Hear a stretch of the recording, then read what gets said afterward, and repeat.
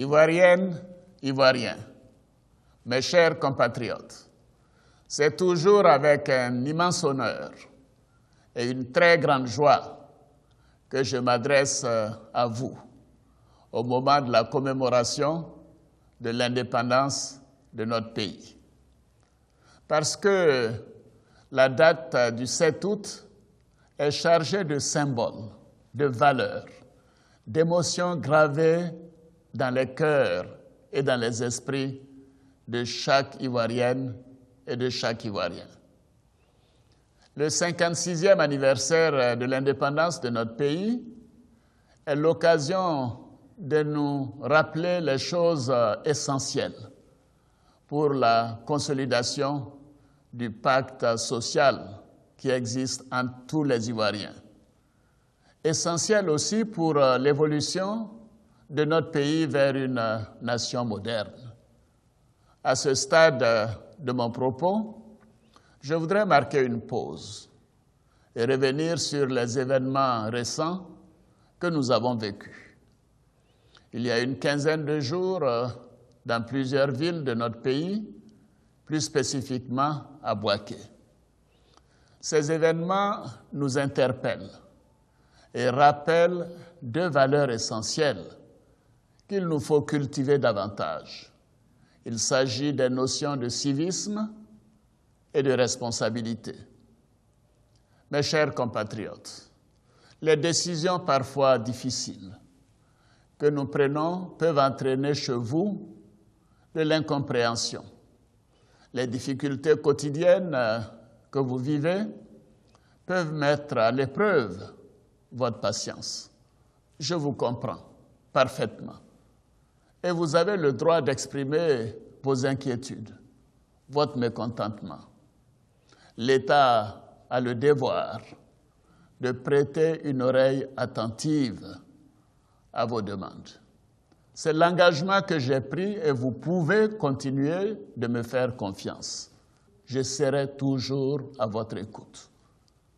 Cependant, la liberté d'expression doit se faire dans le respect des autres, dans le respect des institutions de la République, dans le respect des biens d'autrui et des biens publics. Elle ne doit pas se faire en perdant de vue tous les efforts consentis par chacun et tous les acquis déjà enregistrés. Dans un pays en reconstruction comme le nôtre, casser, incendier ou piller fragilise la stabilité que nous recherchons tous. Cela crispe la situation sociale, replonge nos infrastructures dans une situation précaire et malheureusement freine l'élan économique de notre pays, en mettant en péril le mieux-être auquel chaque Ivoirienne et chaque Ivoirien aspire. Il y va de notre responsabilité à tous de préserver nos acquis et notre patrimoine national. Je vous exhorte donc, chers compatriotes, à privilégier le dialogue, si cher au père de la nation ivoirienne, le président Félix Houphouët-Boigny. Le dialogue fonctionne bien quand les deux parties sont animées de bonne foi. Je peux vous assurer pour ma part de l'engagement de l'État à rechercher des solutions pour chacune et chacun de vous. S'agissant du cas particulier de l'électricité, je voudrais rappeler que la compagnie ivoirienne d'électricité, la CIE, ne ménage aucun effort pour que chaque foyer de Côte d'Ivoire ait de l'électricité en permanence, même au plus fort des crises que notre pays a traversées. Le cas de la ville de Bouaké et des zones centre-nord-ouest de la Côte d'Ivoire illustre bien le dévouement des hommes et des femmes qui travaillent à la CIE. Pendant la situation sécuritaire précaire dans ces zones, ils ont maintenu l'électricité dans ces régions, malgré l'impossibilité pour des centaines de milliers de ces populations à payer leurs factures. Ils l'ont fait par amour pour leur travail. Ils ne méritent pas d'être agressés. J'encourage donc vivement toutes les parties à poursuivre les négociations qui ont déjà abouti à un accord entre la CIE et les organisations des consommateurs, afin de veiller à la bonne application des instructions que j'ai données le 1er mai dernier, à l'occasion de la fête du travail. J'ai demandé un audit des facturations de la CIE. Vous serez informés des résultats de cet audit et nous en tirerons les leçons. Mes chers compatriotes, l'actualité de ces dernières semaines a également été marquée par les crises récurrentes sur les campus universitaires. Comme vous le savez, l'État de Côte d'Ivoire a consenti d'importants efforts financiers pour le développement et la modernisation de notre système d'enseignement supérieur public, que ce soit en termes d'infrastructures, d'équipements, de matériel pédagogique, de prise en charge de la recherche ou d'amélioration des conditions de vie et de travail des étudiants et du personnel. Même si des préoccupations demeurent, elles ne sauraient justifier les actes de violence sur les campus. Afin de mettre un terme à ces violences, que je condamne avec la plus grande énergie, le gouvernement a déjà pris d'importantes décisions, notamment la nomination du président de l'université, Félix Houphouët-Boigny, et celle d'une directrice générale du Centre des œuvres universitaires.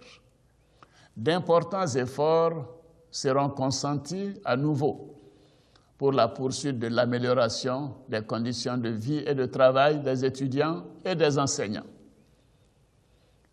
Mes chers compatriotes, au plan sécuritaire, je sais que les agressions commises par les enfants délinquants mineurs constituent une préoccupation pour chacune et chacun de vous.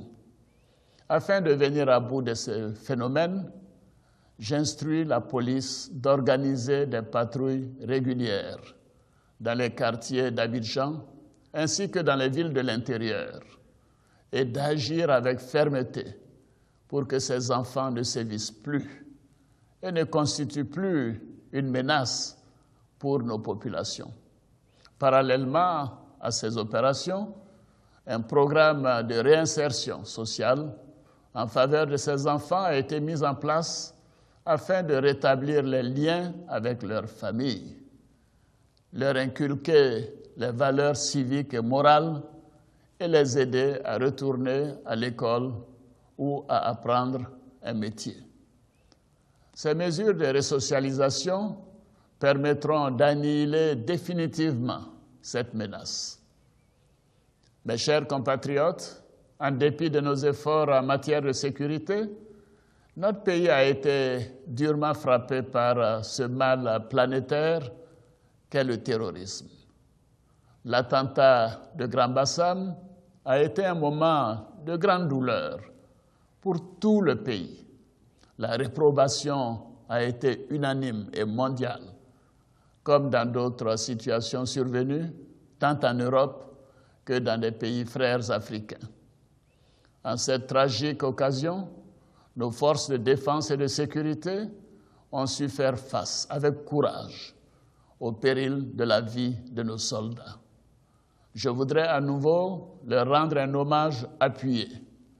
Je renouvelle également, au nom de toute la nation, notre compassion à toutes les victimes et à leurs familles. Nous en avons tiré les leçons et plus que jamais, notre pays demeure vigilant.